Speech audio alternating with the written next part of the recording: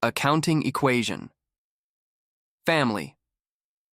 Deep in the bustling metropolis of Accounting Town, where ledgers lined the streets and spreadsheets soared into the sky, lived a meticulously balanced business family.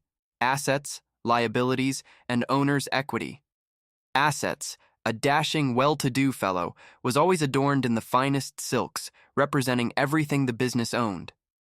The business had a magnificent office, buildings, a fleet of gleaming sports cars, vehicles, and a vault overflowing with currency, cash. He was quite proud of his business possessions, often boasting, I'm assets, and I'm what makes this whole operation run. Liabilities, however, was a perpetual worrier, a nervous character always clutching a stack of IOUs. She represented everything the business owed. Oh dear, we still have to pay for that mansion, and those cars aren't free, you know.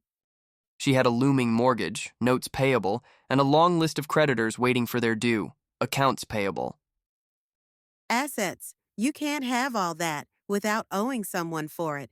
You own all that, but let's not forget where some of it came from. Then there was owner's equity, a calm, sagely figure who often mediated between the other two. Owner's equity was the true spirit of the business, representing the owner's stake in the company. Yes, we owe a bit, but what's left after that is truly mine. The owner's rightful share. Owner's equity was a blend of initial investments, capital contributions, and accumulated profits, retained earnings, always growing, hopefully. One particularly chaotic morning, Assets, in a fit of spending spree enthusiasm, decided to buy a brand new gold-plated abacus. It's an investment.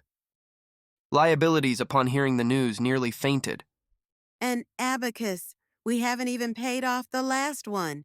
This is going to throw everything off balance. Owner's equity, ever the voice of reason, stepped in. Now, let's remember our fundamental truth. Assets equal liabilities plus owner's equity. This is our accounting equation.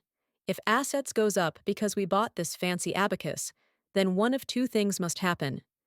Either liabilities must go up because we borrowed money to buy it, or owner's equity must go up because the owner put in more cash. Or assets could go down somewhere else to compensate, like cash or the sports car collection. My cars? Never. After much debate, it was revealed that Assets had, in fact, used some of his precious cash, another asset, to purchase the abacus. So, while one asset, abacus, increased, another asset, cash, decreased, keeping the total value of assets the same and the accounting equation in balance. See? Perfectly balanced. You can't just add something here without affecting something over there. The accounting equation is like a financial seesaw, always striving for balance. From that day on, the family understood their unbreakable bond. Assets continued to accumulate, liabilities continued to fret, but a little less, and owner's equity continued to grow, a testament to the fact that in Accounting Town, everything, absolutely everything, had to add up and balance. And if it didn't, well, then you had a real problem on your hands. To summarize, the accounting equation, and is also referred to as the balance sheet equation. The equation may be expressed in three forms. 1. Abbreviated or simple version, property equals property rights. 2. Expanded version, assets equal liabilities plus owner's equity, capital. 3.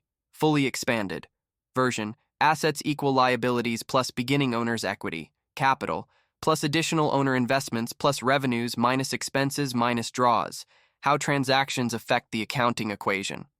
A result of a transaction can increase both sides of the equation, decrease both sides of the equation, increase and decrease the same side of the equation. But the equation always stays in balance.